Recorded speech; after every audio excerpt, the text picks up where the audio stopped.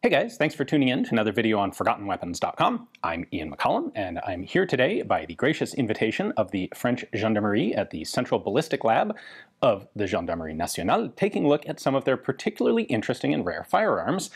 And today we're taking a look at the Makarov PB. This is specifically the silenced version of the Russian Makarov pistol. And they did a whole lot of things to change it from the standard version of the gun. In fact, ultimately, there are virtually no parts that interchange between this and a regular Makarov. The ammunition does, the magazines do, and maybe a few little tiny parts like the hammer and the extractor. But in general, not only do the working parts not interchange, they've actually had to fundamentally change some of the working mechanism of the gun. Because, for example, if you're familiar with the Makarov, you'll know that there is a recoil spring around the barrel. Well, how do you put a recoil spring around the barrel when you've got an integral silencer around the barrel already?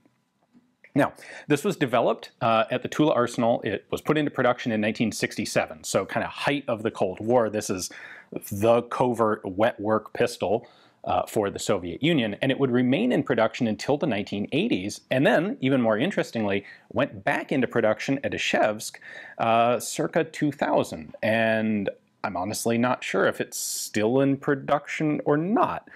We don't know the total production numbers. This is the sort of thing that, well, you know, countries aren't usually hugely keen to publish a lot of information about this sort of gun.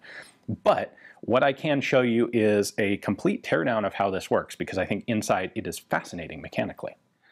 All right, so fundamentally, everything on this is going to work pretty much like a Makarov. We have a two-part silencer, so there is an initial expansion chamber here, and then you have a section with baffles here, and they come apart separately, which we'll take a look at in a moment. This is still a double-action, single-action pistol. It uses the standard Makarov safety system, so I can cock it, I can fire it. If I cock it and click up the safety, that decocks it, can keep it safe, or you can just decock it and then put it back into the fire position. The slide, of course, locks open when it's empty, and we have a slide release button right there. Standard Makarov magazine holds 8 rounds of 9x18 millimeter, and we will drop the slide like so. Now, the keen-eyed among you may have spotted this magazine release button, but that is not a magazine release, that is a grip release, because, as I said in the beginning, how do you put a recoil spring around an integral suppressor? You can't. Instead, they moved the recoil spring. So if I push that button down, it allows me to pull the grip off the back of the gun, and that right there is the new mainspring for the pistol. And it operates through this lever. So when the slide cycles, this lever is going to cam back and forth like that, and the lug here at the back of that lever is going to be pushing down on that spring. This mechanism is actually very similar to some of the Webley semi-automatic pistols that worked this way. You'll see Webleys that have a little naked barrel out in the front, and they don't have a recoil spring behind the bolt. They have a system like this. Now, usually the mainspring is attached to the frame of the pistol, not to the grip. I think the grip was done here so that they didn't have to make as many changes to the frame of the gun that was already developed and already in production. So we can just take that lever off. Now, let's go ahead and take off the front end of the suppressor. There's a little spring catch here on the bottom, so if I pull that back, I can rotate the suppressor 90 degrees. We'll just get that lug on the side there. It has a set of interrupted threads that lock it into the rear half of the suppressor. There is a spring-loaded detent in the front here. If I push that down, I can push the baffle stack out the front. There's a little alignment lug there. Push that in. There we go. Now we can pull that out. Very simple baffles. This is very similar to what would be used later on the VSS and the AS Val. And then this is just a hollow tube. Again, there's the detent, that's the alignment lug, and then you've got this alignment lug to put it back onto the gun. Next up, we have the back half of the suppressor. This still has a takedown like a Makarov, where we pull the trigger guard out, but now what we're doing is there's that little tiny lug on the top there, which is not in a regular Makarov. That is actually locking this piece in place. So I can rotate that. I can take the rear half of the suppressor off. This has different silencer components in it. We have a rear plug sort of baffle at the back. We then have a rolled up section of wire mesh wrapped in another piece of wire to keep it contained.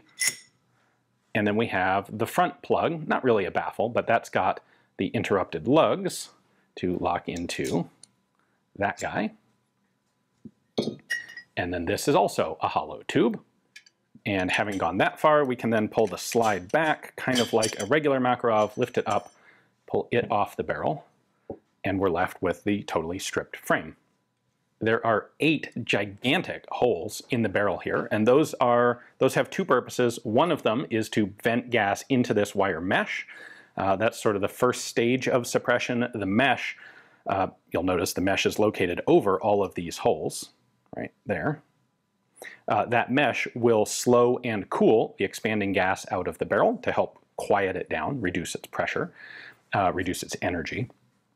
These holes will also reduce the velocity of the cartridge by not a lot, but a little bit. The Makarov, 9mm Makarov is not really a supersonic cartridge to begin with, but it's kind of in that questionable transonic range of 1100 feet per second or so. And these holes reduce the velocity to something like 950. And at 950, you really don't have any concerns that weird environmental conditions or the occasional hot loaded round will go transonic. So this effectively reduces the cartridge to being guaranteed subsonic.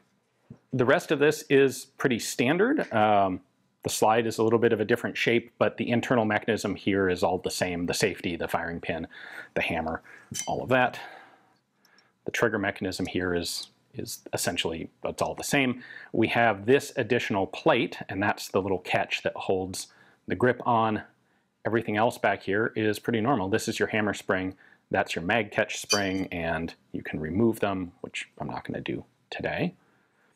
You can see, however, that little lug for aligning the back end of the suppressor. One other element that differs substantially from the regular Makarov is the use of significantly improved sights. So we have really large front and rear sights. This is not a pistol that's intended for use at long range. And you can see those white dots. Now, when this is assembled, your sight picture lines up just like regular sights, front post in rear notch, but that also gives you basically a figure 8 of the 2 white dots. And so those allow you to use the sights in very low light. I'm not sure if they were luminous. I would kind of assume that they were intended to be some type of luminous, but even just as white dots, they are going to be much more visible in low light than a plain black post and notch sight. All right, so there's the whole PB Makarov field stripped. Now, Phil Dater, one of the legends of silencer development and testing, actually did some very formalized scientific testing on the Makarov PM. And what he found was had an average of 127.5 decibels when fired. That's a 31.4 decibel reduction from the Makarov unsuppressed. It's a remarkably effective suppressor. So it was getting 158 to 159 unsuppressed, 127.5 suppressed, along with a remarkably small first round pop of just 1.5 decibels. So there's not a lot of high tech going in here, but you do have a pretty large volume of suppressor for the relatively small cartridge that's being used. And then the combination here of the wire mesh and the baffles was able to do a pretty good job with it. It's been really fun looking at a wide variety of integrally silenced military-style pistols in the last year or so. So hopefully you guys enjoyed this video. If you liked the Makarov, you'll definitely be interested, I think, in some of the other ones that I've got videos on, like the Welrod, like the Polish PT-83, like the American Hush Puppies, and many others. So check out the other videos I have on the subject. I'd like to give a big thanks to the Gendarmerie Nationale for giving me access to this very cool piece in their collection to take a look at. Hopefully you guys enjoyed the video. Thanks for watching.